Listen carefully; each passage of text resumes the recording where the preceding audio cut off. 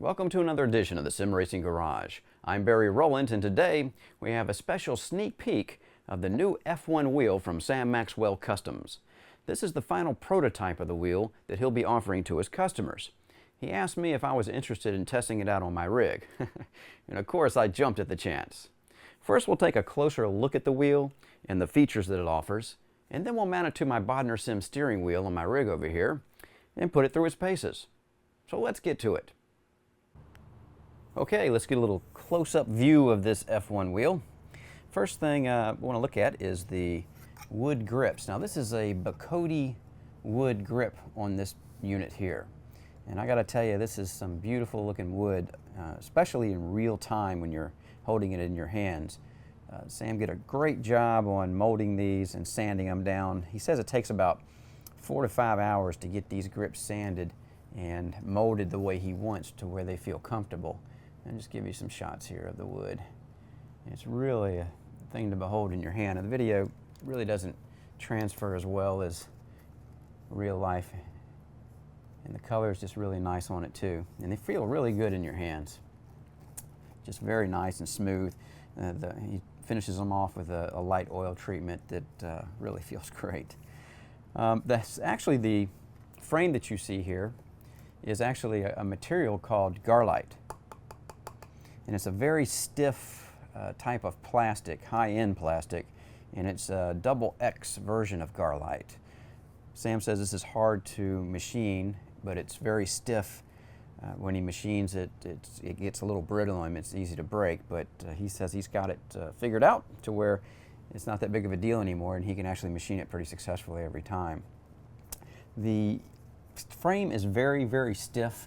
You can take this thing and try to twist it torsionally in your hands, and there's no flex whatsoever in this. It's just really, really tight. And of course, once I get it on the Bodner wheel, it will tell me if there's any flex at all on the wheel, because that Bodner wheel will definitely reveal any weaknesses in a wheel's frame. All right, so also the carbon fiber plates that he puts on the front and the back. These are solid carbon fiber plates. Very nicely done, especially on the back where you can see it's actually, the plate is actually inset here inside the frame. So all that plate had to be cut precisely to be able to fit inside the frame that holds the rest of the electronics. Very, very nice work. On the back while we're here, we can see the paddle shifters, and they're nice, crisp shifters. I've actually run the wheel already, and they never missed a shift, and they feel really good in your hands. The bottom paddles are actually analog paddles, and that allows you to set one of these paddles up as a throttle or a brake, or both as a brake or a throttle or a clutch. Typically on F1 cars we'll be setting these up as a clutch. We'll talk a little bit more about that in a second though.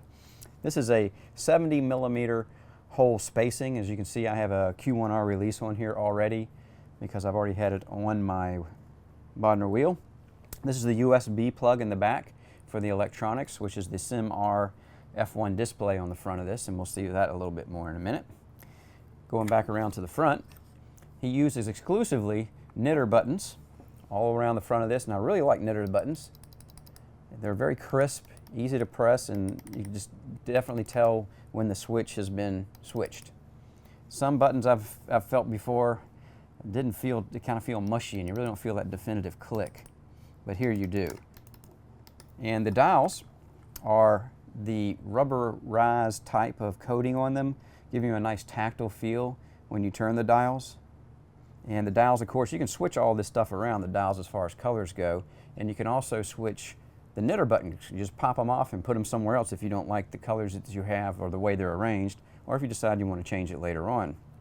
Down here we have switches, which are single button pushes, basically. If you rock it up one, that's a button push that you've already assigned in your game or the simulator. Push it down, that's another push for something else. And the same thing is over here.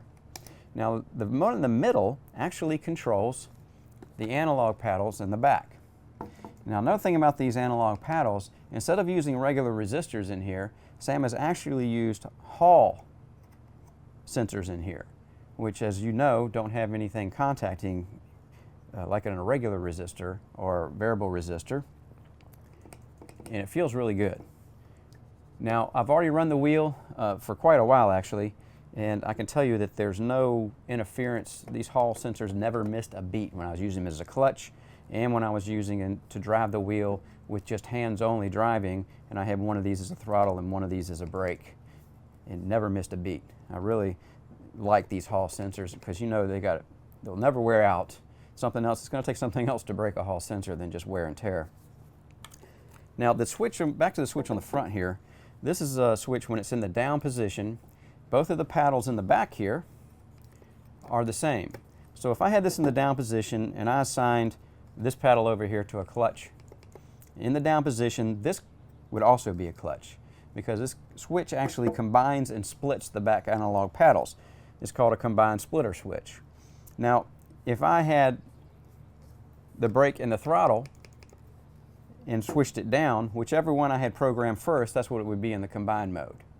Now in the split mode, you put it up there, then I can actually go into my simulator or game and program each one of these separately individually, and that's in the splitter mode. Very cool little feature on here. I really like that. I've already used it and it works like a charm. All right, so let's look at the SIM-R F1 display. I'm going to go ahead and show you guys what that looks like. Now, first of all, it runs off of the SLI Max software, the SLI Max Manager software that some of you guys may have already used out there. It's a pretty popular piece of software for running the electronic displays on wheels. And if you buy this wheel, of course the display comes with it and a license will come with it also. So you don't have to go buy another license to run the software on the wheel. So it comes with it because each one of these displays automatically comes with a license. Just something you need to know. So let's go ahead and hook this up on the USB port and I'll show you what that display looks like. Okay, we got the USB cable connected now. So let's go ahead and let you guys see what this thing looks like when it's running. Even though you will see it when I have it on the wheel, I just wanted to give you a close-up. There it goes. I really like this display. It's pretty cool. And it's really very bright, even with the shaded piece of Plex that Sam puts on the wheel. So anyway, just wanted to show you that. Now let's go ahead and stick it on the bodder and give this thing a roll. All right, so we're at the Circuit of the Americas in the Dallara. I thought this is a nice fitting car to run this wheel in. And I'm also testing some other things, and I happen to be using the Dallara. Ooh, a little loose there. All right, so the first thing you notice about this wheel when you're using it is that it is very crisp feeling you have in your hands when you go over any curbing or bumps. It's just immediate, and of course that has something to do with the Bodner wheel, don't get me wrong. But I have other wheels, like some of my Momo wheels, that are not as crisp. You can feel the flex in them, and that's because the Bodner can put out so much force. But this wheel with this Garlite frame is just fantastic. It's just very stiff. Every little bump, like right there, you feel it going over the curbing right away. There's no force feedback loss whatsoever. It's just a confidence-inspiring wheel to use when you have it in your hands. I really like this wheel, as you might be able to tell. And the shifting, I'm going to downshift here, click, click, click, click. And it's just positive, right on every time. I never missed a shift with this wheel. And that's a big thing to me. Some wheels, the shifting mechanisms aren't as precise or as crisp feeling as you would like them to be. And sometimes they even miss shifts, which really bugs me to no end. I don't know about you guys. The wood grips feel fantastic. They're just very cool in your hands. They're smooth. They just fit your hands so well. He did such a great job of finishing these hand grips. And you really, in the video, when I tried to show it to you, is one thing, but having it in your hands and driving the wheel is something different entirely. It's just a pleasure to use it just because of that. And again, the coolness of the handles in your hand, it's very nice. All right, so we're going to go ahead and do one more lap here. And again, going over the curbing, you see how it just feels so good. You can feel everything so precisely. And going through this upcoming rhythm section, it's just a positive feeling in your hands. I feel like you can just slice and dice through here better than any wheel that I've used to date as far as in the Dallara. And you can see the display. I really like the way that looks too. Not much else to say about this wheel. It's a great wheel. And we'll get to the final thoughts of it in a minute. And we'll just finish out this lap and just go ahead and let you guys listen to the Dallara and let it run, and I'll just stop talking.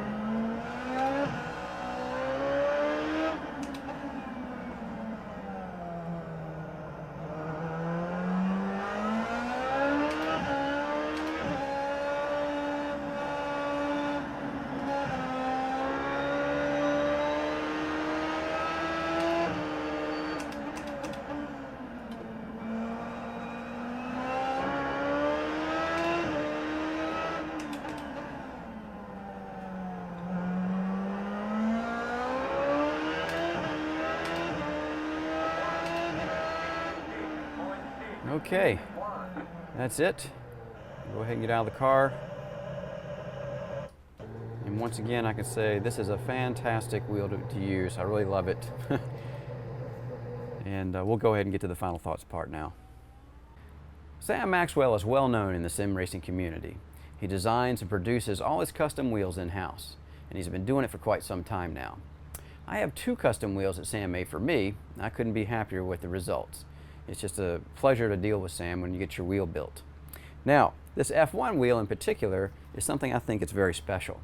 From the hand-formed Bacote wood grips to the very stiff garlite material he uses in the frame of this. It's just a high quality piece of work, and you can tell it when you hold it in your hands. I couldn't detect any force feedback robbing flex at all in this wheel when it was mounted to my Bodner sim steering system. I certainly can't say that for all the wheels that have been mounted to my Bodner. The knitter buttons are very crisp. I really like these, nice clicks to them. The dials have a nice tactile rubbery feel to them. This SimR display is really a top-notch piece or kit right here, and it just looks really cool too. The paddle shifters are crisp, with your upshifts and downshifts being perfectly synchronized. I never missed a shift with this wheel.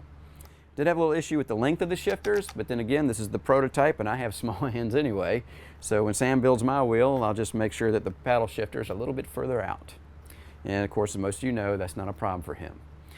I really like the analog paddles here with the hall sensors. These things allow one to use the wheel in many different configurations depending on the need. I'm looking forward to see the production units coming out. Even though this is pretty much a done deal as far as I'm concerned, I didn't have any issues with the wheel at all, and I've used it for a few hours. Well, that's it for now. I'm Barry Rowland, and thanks again for watching the Sim Racing Garage channel.